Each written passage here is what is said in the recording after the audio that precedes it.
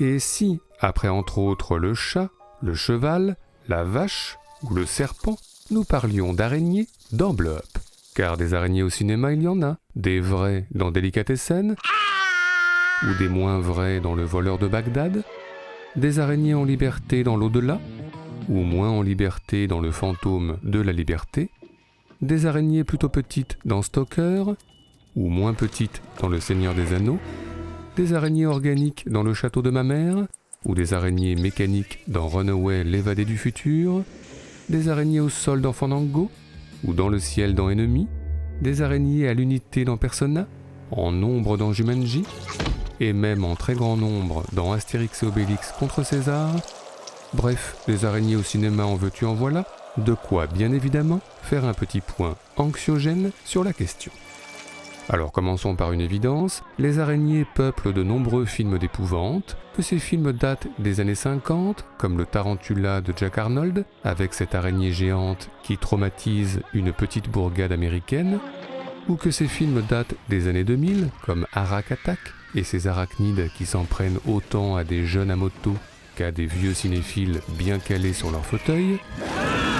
À part ça, ces araignées, comme le constate William Shatner dans L'horrible invasion, peuvent être de taille normale, enfin à peu près, mais en nombre anormal.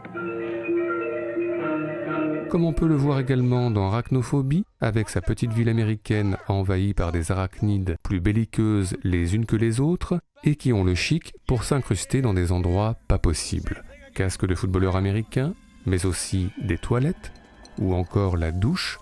Mais tout cela ne vaut pas le lit, comme le constate une Sharon Stone toute jeune dans La ferme de la terreur. Bon, au plafond encore, ça va, mais aussi parfois des araignées dans le lit, et là un seul exemple entre mille, Sean Connery, tout en sueur, dans James Bond contre Dr. No. Cela dit, plus éprouvant encore, la mauvaise expérience du cow-boy John C. Reilly dans Les Frères Sisters, lequel dort bien imprudemment, bouche ouverte à la belle étoile, et on est sympa, on ne va pas aller plus loin. Mais encore, eh bien pour rester dans le cinéma fantastique, l'araignée, parfois, est liée à l'alien, et cette phrase n'est pas facile à dire, puisque dans The Mist, les étranges créatures qui peuplent le brouillard menaçant ressemblent beaucoup à des araignées, tout comme les arachnides que vont combattre les militaires sur des planètes lointaines dans le Starship Troopers de Paul Verhoeven. Sinon, n'oublions pas que la créature alien, dans la série Alien, a des traits communs avec l'araignée, et surtout dans le deuxième volet signé James Cameron. Et n'oublions pas non plus que l'alien protéiforme dans The Thing de John Carpenter prend aussi, dans une fameuse scène, l'apparence d'une araignée. Ce qui nous fait penser que l'araignée se mélange décidément souvent avec d'autres formes vivantes, comme un gremlin dans Gremlins le deuxième, mais plus sûrement encore avec des humains, comme dans le Hiroku the Goblin de Shinya Tsukamoto, ou encore dans une fameuse scène coupée, puis finalement réintégrée, de l'Exorciste. Mais bon, calmons-nous un peu, car certaines créatures mi-homme, mi-araignée sont plus reposantes à regarder, comme évidemment Peter Parker, alias Spider-Man, dans Spider-Man. Mais à part ça, eh bien le cinéma d'animation, qui a de tout temps fait la part belle aux araignées. Des araignées pas toujours très sympathiques, comme dans Coraline, mais plus sûrement des araignées mignonnes comme tout, qu'elles soient silencieuses dans la série Minuscule,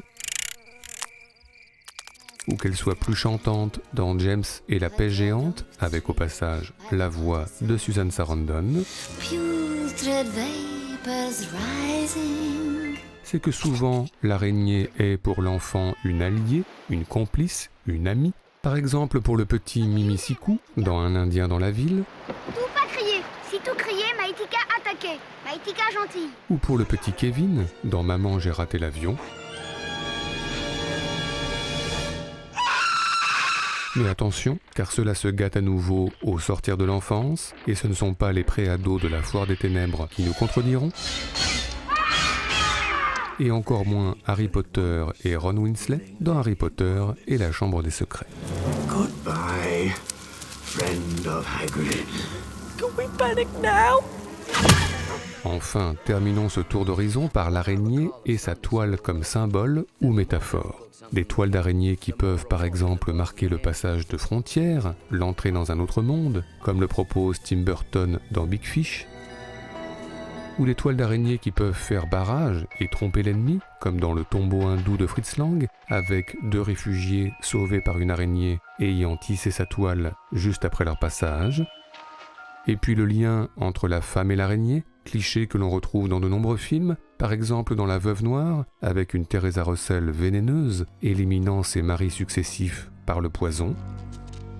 Ou autre exemple plus célèbre, Sharon Stone dans Basic Instinct et sa fameuse scène d'interrogatoire, elle le visage parfaitement éclairé, et ses proies enfermées dans sa toile via un éclairage et des ombres explicites. Et pour sortir du cliché, on peut aller voir du côté du baiser de la femme araignée, avec cette histoire dans l'histoire racontée par William Hurt, une femme araignée qui sauve, réconforte et prend soin d'un naufragé.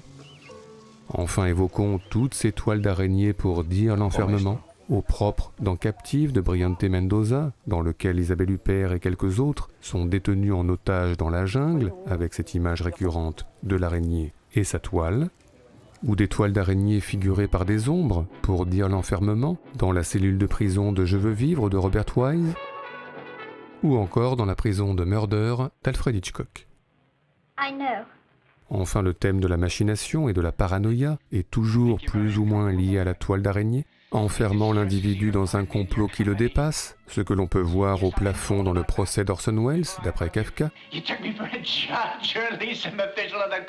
ou ce que l'on peut voir au sol dans le Kafka de Steven Soderbergh, ce que l'on peut voir aussi au plafond dans À cause d'un assassinat d'Alan Pakula, ou ce que l'on peut voir au sol aussi dans Mission Impossible de Brian De Palma. Et puis, la prison mentale, la psyché et les circonvolutions du cerveau sont parfois figurées par une toile d'araignée, comme on peut le voir dans le Spider de David Cronenberg, avec cet enfant enfermé dans un trauma récurrent, et ce, jusqu'à l'âge adulte. Enfin, une toile d'araignée que nous aimons tout particulièrement, celle qui ouvre l'enfance d'Ivan d'Andrei Tarkovsky, une toile qui annonce les tourments à venir de la guerre et qui menace d'assombrir l'euphorie solaire de l'enfance. Bref, arrêtons-nous là, car des toiles d'araignée, il y en a partout, au propre comme au figuré, sur le bateau dans Nosferatu, dans le parachute dans Mauvais Sang, dans un élément de décoration dans Ma mère, dans un miroir brisé dans Angel Art, dans la toile tissée par le virus à la fin de La planète des singes, ou encore dans la toile du web anxiogène au début du récent millénium, Ce qui ne me tue pas. Et tout ceci nous a plus que jamais donné des envies de classement. C'est donc parti pour notre traditionnel top 5 subjectif, celui des meilleures scènes liées de près ou de loin à l'araignée et sa toile au cinéma. Notre numéro 5, commençons par l'un des traumas de notre enfance qui concerne Indiana Jones. Le célèbre archéologue a combattu les plus grands dangers, des nazis ou des manieurs de sabre, des serpents ou des insectes qui ressemblent à des gâteaux tout secs, mais aussi en ouverture des aventuriers de l'Arche perdue, au cœur d'un temple péruvien, des araignées velues en masse.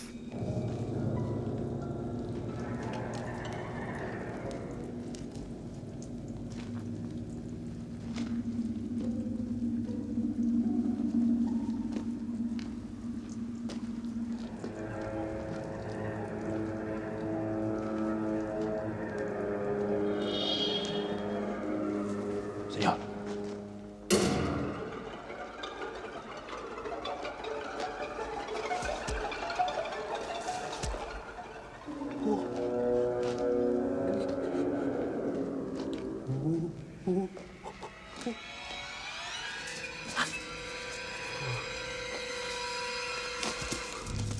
Notre numéro 4, l'histoire du cinéma regorge de scènes d'attaques d'araignées mémorables, en noir et blanc dans L'homme qui rétrécit par exemple, ou en couleur dans La mouche noire, autre exemple. Et puis, il y a une scène que nous aimons tout particulièrement dans le récent Kong Skull Island, tout en confusion entre troncs d'arbres et pattes d'araignée, conclu, cerise sur le gâteau, par Samuel L. Jackson.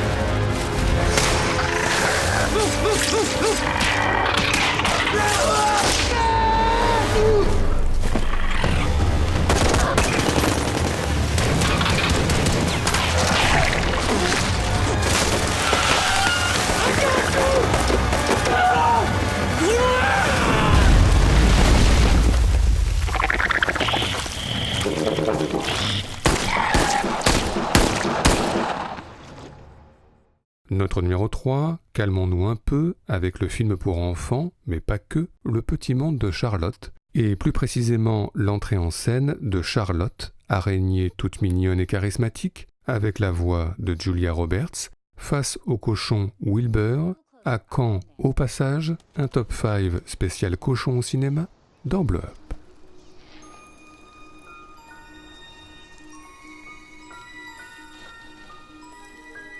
Oh. Hi. You're a... Look, I've got a long day ahead of me, and I'm trying to get a little... Spider! Spider! Get it away from me! Get it away! Get it away! All right, keep your distance there. That thing is creepy. Golly, you're not being rude, are you? No. I meant creepy in a nice way. You know, creepy good. Disgusting. They eat their men folk, you know. I know. Well, still want to chat? Or are you going to join them? I've never met a spider before. Did you make that? Was that what you were concentrating on last night? Yes. It's amazing. Think you could teach me how to make one of those? Oh, hold that thought, please. What are you doing? Making breakfast. Oh boy. Relax. First, I gave him a little nip to anesthetize him, so he'll be more comfortable. It's a little service I throw in. Then I wrap him up. Then I just say grace because, well, that's always nice, and he'll make a perfectly delicious meal. So you eat flies? No. I drink their blood. Notre numéro 2, Lilith de Robert Rossen, un film encore jamais cité dans Blow Up, et pourtant c'est vachement bien, avec Warren Beatty au chevet d'une Jean Seberg en détresse dans une clinique psychiatrique et une toile d'araignée omniprésente dès son générique, puis présente via des grillages toile d'araignée enfermant Jean Seberg, enfermant Warren Beatty et enfermant Jean Seberg et Warren Beatty, jusqu'à cette troublante scène de concrétisation, tout en fondu enchaîné et reflet de lumière là aussi très toile d'araignée. Oui, Robert Rossen, cinéaste à réévaluer d'urgence.